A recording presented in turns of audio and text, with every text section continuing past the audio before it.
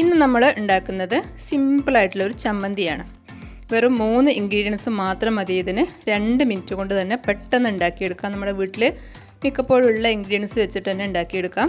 ചോറുണ്ണാൻ അല്ലെങ്കിൽ കഞ്ഞി കുടിക്കാൻ ഈ ഒരൊറ്റ ചമ്മന്തി മാത്രം മതി. അപ്പോൾ ഇത് എങ്ങനെ ഉണ്ടാക്കിയെടുക്കാൻ നോക്കാം. നമ്മളിതിലേക്ക് ആദ്യം മാങ്ങ എടുത്തിട്ടുണ്ട്. മാങ്ങ തൊലി കളഞ്ഞ് തീരെ തിന്നായിട്ട് സ്ലൈസ് ചെയ്ത് എടുത്ത് വെച്ചിട്ടുണ്ട്. ഒരു മാങ്ങ ഫുള്ളുണ്ട് കേട്ടോ. അത് മിക്സിയുടെ ജാറിലേക്ക് ഇട്ട് കൊടുത്തു. അത്ര തന്നെ തേങ്ങ എടുക്കുക.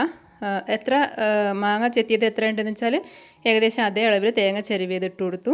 ഒരു ചെറിയ കഷ്ണം ഇഞ്ചി ഇട്ട് കൊടുക്കുന്നുണ്ട്. അതുപോലെ എരിവിനാവശ്യമുള്ള പച്ചമുളക് ഞാൻ 5 എടുത്തിട്ടുണ്ട്. പിന്നെ പാകത്തിനുള്ള ഉപ്പിട്ട് കൊടുക്കുക.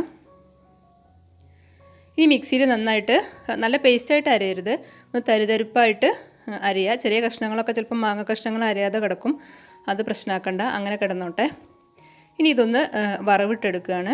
അതിലേക്ക് ചട്ടിയിലേക്ക് നമ്മൾ വെളിച്ചെണ്ണ ഒഴിച്ച് കൊടുക്കുന്നുണ്ട്. ഒരു 1/4 ടീസ്പൂൺ ഉലുവ ഇട്ട് കൊടുത്തു. അതുപോലെ അത്ര തന്നെ കടുകും ഇട്ട് കൊടുത്തു.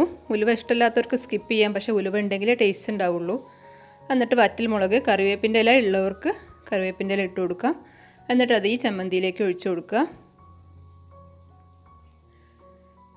ഇത്രയേ ഉള്ളൂ. ഇനി ഇത് നന്നായിട്ടൊന്ന് മിക്സ് ചെയ്യുക. കറിവേപ്പിൻ്റെ ഇല ഉണ്ടെങ്കിൽ അത് ഇട്ട് കൊടുക്കുക കേട്ടോ. എനിക്ക് കറിവേപ്പില ഇല്ലാത്തതുകൊണ്ടാണ്. എന്നിട്ട് നന്നായിട്ട് മിക്സ് ചെയ്യുക. ഇത്രയേ ഉള്ളൂ.